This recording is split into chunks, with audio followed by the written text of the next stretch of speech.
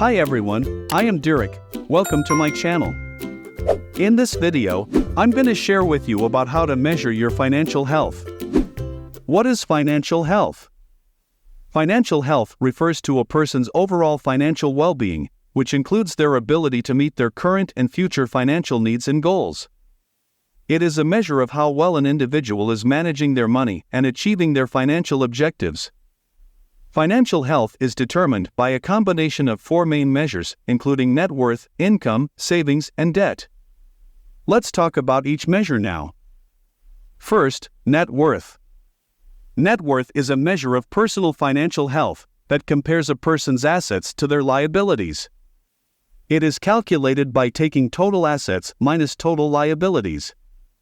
Total assets may include your property, savings, and investments, while total liabilities are your debts. A positive net worth indicates that you have more assets than liabilities, and you are in a good financial position. A negative net worth means that you have more liabilities than assets, and it is a financially risky position. Net worth is an important measure of financial health because it provides a snapshot of an individual's overall financial situation. It can help you understand how much you are worth financially and how much you have left after paying off your debts. It also allows you to track your progress over time and see how changes in your income, expenses, and investments affect your net worth. Net worth also can psychologically influence the way you feel about your financial situation and motivate you to improve your financial health. Second, income. Income is the money that a person earns from various sources, such as employment, investments, or business activities. Income definitely has a major impact on your quality of life. A person with a high income is generally considered to be in a better financial position than a person with a low income.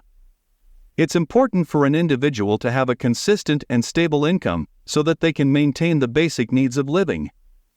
You should check out whether your income has been growing each year by 3% to 5%, at least just to barely keep up with the inflation.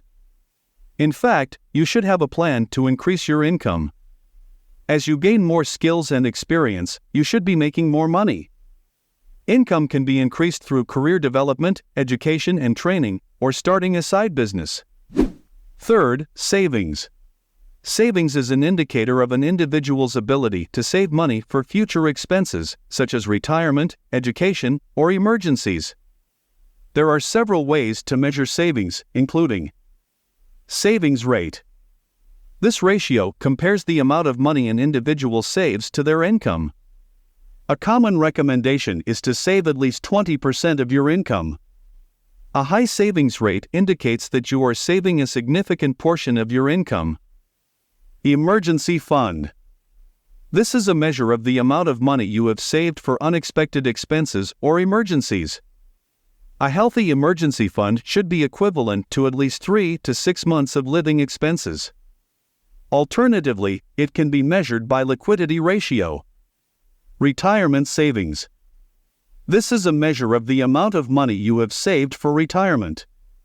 A healthy retirement savings account should be equivalent to at least 10 to 15% of your income. Investment portfolio.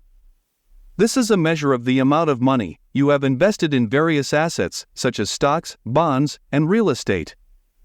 A diversified investment portfolio is an indicator of good savings habits. Fourth, debt. Debt can greatly impact an individual's ability to meet their financial goals and maintain their standard of living. There are several key measures of debt that can be used to assess an individual's financial health. Debt-to-income ratio, DTI. This ratio compares the amount of debt you have to your gross income. A low DTI ratio, typically less than 36%, indicates that you have a good balance between your income and debt. A high DTI ratio, that is above 36%, reveals that you may be struggling to manage your debt and may be at risk of defaulting on your loans. Debt-to-asset ratio. This ratio compares the total value of debt to the total value of assets. A low debt-to-asset ratio, usually less than 20%, shows that you have a good balance between assets and debt, and you are in a good financial position. A high debt-to-asset ratio, which is above 20%, implies that you may be heavily leveraged, and may be at risk of financial distress. Debt Service Coverage Ratio, DSCR. This ratio compares your net income to the amount of debt you are required to pay each month. A high DSCR, typically above 1, indicates that you have enough income to comfortably pay your debt. A low DSCR, that is below 1, reveals that you may be struggling to pay your debt and may be at risk of defaulting on your loans. Credit score. This number, usually between 300 and 850, reflects your creditworthiness and ability to repay debt. A high credit score, that is above 700, shows that you are a low-risk borrower and have a good credit history. A low credit score, typically below 600, implies that you may have a history of late payments or defaulted loans and may be a high-risk borrower.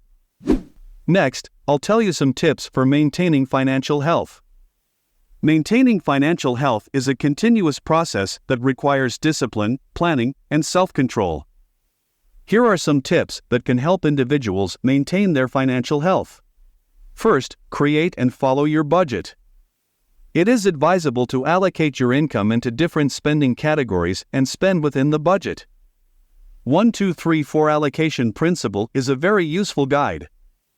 Allocate 10% of your income for buying insurance, 20% for savings and investment, 30% for housing and car loans, 40% for living expenses. Property affordability should be around 3 to 5 times of annual income. Don't spend more than 5 times of your annual income to purchase a property. About car affordability, the budget should be equivalent to your annual income. Second, use phone app to record all your income and expenses, so that you can easily trace and monitor your progress. You can also set up the budget limit in the phone app. You'll get notified when you overspend.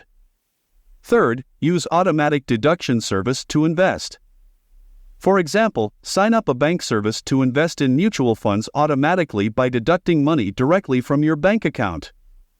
Through this way, you can slowly accumulate your retirement fund. Fourth, pay bills and loans on time. This can avoid late fees and maintain a good credit score, which can help you in the future when you want to buy a house or a car. Fifth, keep learning financial literacy knowledge. You can stay informed about the economy and financial markets by reading financial news and articles, taking financial planning courses, seeking advice from a professional financial advisor, listening to financial podcasts, etc.